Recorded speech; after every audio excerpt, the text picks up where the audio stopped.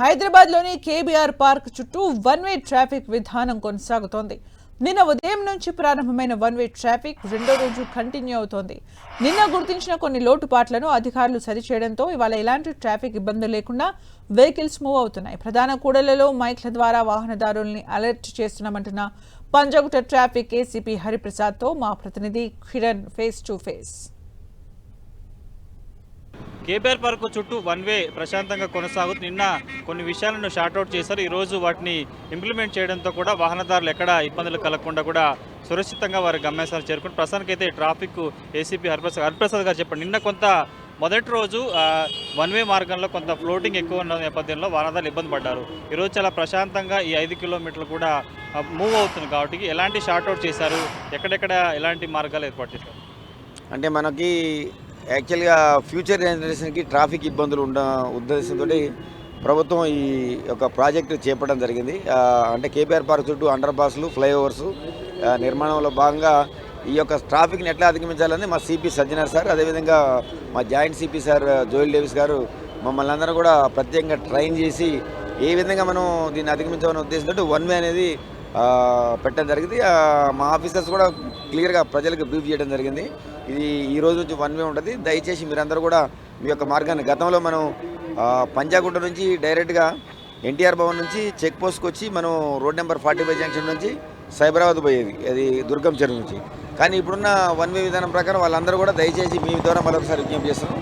వారందరూ కూడా KBR park దగ్గరకు వచ్చిన తర్వాత, ఎన్టీఆర్ భవన్కి వచ్చిన తర్వాత లెఫ్ట్ తీసుకొని రోడ్ నెంబర్ 10 క్యాన్సర్ హాస్పిటల్ అంటారు, అదేవిధంగా అగ్రసేన ఐలాండ్ రోడ్ నెంబర్ 12 అక్కడ నుంచి బీవీబీ జెన్ టేకింగ్ లెఫ్ట్ తీసుకుంటే మనకు ఆటోమేటిక్గా కేబుల్ బ్రిడ్జ్కి పోతాం రోడ్ నెంబర్ 45 నుంచి. అది చాలా సౌకర్యవంతం. చాలామంది ఫస్ట్లో మనం చెప్పినప్పుడు వినలేదు, వాళ్ళు ఆర్గ్యుమెంట్ దిగారు. నిన్న మీ మీడియా మిత్రులు కూడా చూశారు. దానివల్ల ఆర్గ్యుమెంట్ చేసి 1 నిమిషం 2 నిమిషాలు అయినా ఒక్కొక్క వెహికల్ ఆగినా కానీ మనకి ట్రాఫిక్ జామ్ ఎక్కువగా అనిపించింది. ఇప్పుడు నిజంగా కూడా ఇబ్బంది జరిగింది. ప్రజల్లో అవగాహన కలగడం కొంచెం సమయం పడుతుంది. మీ ద్వారా ఆల్రెడీ మీడియా ద్వారా కానీ సోషల్ మీడియా ద్వారా విజ్ఞప్తి చేయడం జరిగింది. ప్రజలకి కొన్ని అర్థం చేసుకుంటే కొంచెం తేడా ఉండి మా స్టాఫ్ కూడా మేము గైడ్ చేసినాం. ఎవరైనా ప్రజలు ఆర్గ్యుమెంట్ దిగినా ఎక్కడ కూడా మీరు కోపానికి పోవద్దు, దయచేసి వాళ్ళకి అర్థం చేయించి ఫ్రీగా ప్రజలకు సౌకర్యంగా ఉండేటట్టు చూడాలని మా పైన ఆఫీసర్స్ ఆదించారు కాబట్టి ఆ విధంగా చేస్తున్నాం. అదేవిధంగా వెంకటగిరి గడ్డ దగ్గర నిన్న ఇష్యూ ఇబ్బంది అయింది వాస్తవం కదా. ఎందుకంటే అక్కడ యూసుగూడ నుంచి వచ్చేవాళ్ళు, సీనియర్ కాలనీ నుంచి వచ్చేవాళ్ళు వాళ్ళందరూ కూడా వెంకటగిరికి వచ్చిన తర్వాత చెక్ పోస్ట్కి వచ్చి గతంలో వచ్చినట్టుగానే రైట్ సైడ్కి తిరిగి ఇక్కడ మన రోడ్ నెంబర్ 36 చూశారు. ఇటు నుంచి పోవాలని ప్రయత్నం చేసినప్పుడు కొంత ఆర్గ్యుమెంట్ చేయని, కొన్ని డిస్కషన్స్ అయ్యి వాళ్ళు మేము క్లియర్గా సైనేజ్ పెట్టడం జరిగింది.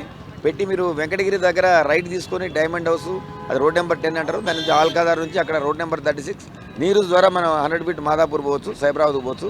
ప్రశాంతంగా ఈరోజు అర్థం చేసుకున్నారు. నిన్న కొంచెం అర్థం చేసుకున్న గ్యాప్ ఉండి పోల్చుకుంటే సైన్ బోర్డులు ఏర్పాటు చేశారు. ఇప్పుడు చాలా కూడళ్ల వద్ద మైకులు కూడా పెట్టారు, అనౌన్స్మెంట్ చేస్తున్నారు. దాంతో కొంత అలర్ట్ అనుకోవచ్చా? తప్పకుండా మీరు అన్నది కూడా వాస్తవమే. మా సిపి సార్ సజ్జనార్ సార్, అదేవిధంగా జోయల్ డేవిస్ గారు నిన్న కొన్నిట్లో కొన్ని ఎక్కడైతే మనం గ్యాప్స్ ఉన్నాయో ఆ గ్యాప్స్లో భాగంగా ప్రజలను అవేర్నెస్ చేయడానికి మన పబ్లిక్ అడ్రస్ సిస్టమ్ ప్రతి చోట పెట్టడం జరిగింది. అదేవిధంగా సైనేజెస్ కూడా కొన్ని పెంచినాం. ఎందుకంటే కొన్ని విషయాల్లో మనకు కనపడకపోవచ్చు ప్రజలకి, కొంచెం పెద్ద సైజులో కొంచెం బిగ్ సైజు పెట్టు, దానివల్ల కూడా ప్రజలకు కొంచెం ఈజీ అయింది. ఇప్పుడు ఈ రోజు ఎక్కడ కూడా మనకి ఆ సమస్య లేదు. మీ మీడియా ద్వారా కూడా మీకు కనిపిస్తుంది. మీకు అది నిన్నటితో పోల్చుకుంటే ఈరోజు కొంత వన్ వే మార్గంలో వాహనదారులు ఎక్కడ ఎలాంటి ఇబ్బందులు పడకుండా కూడా చాలా వేగంగా ఈ రూట్లో ట్రావెల్ చేస్తున్న పరిస్థితి కనిపిస్తుంది. నిన్న కొన్ని చోట్ల చిన్న చిన్న సైన్ బోర్డు ఏర్పాటు చేసి రాత్రికి రాత్రి ట్రాఫిక్ పోలీసుల సహకారంతో కూడా సైన్ బోర్డులు ఏర్పాటు చేశారు. ఇక కొత్తగా ఈరోజు ప్రధాన కూడలు ఎక్కడైతే ఈ వన్ వే మార్గానికి సంబంధించి కూడా ఎంటర్ అవుతారో, ఎగ్జిట్ అవుతారో ఆ మార్గాలకు సంబంధించి కూడా మైకులను పెట్టి అనౌన్స్మెంట్ చేస్తున్నారు.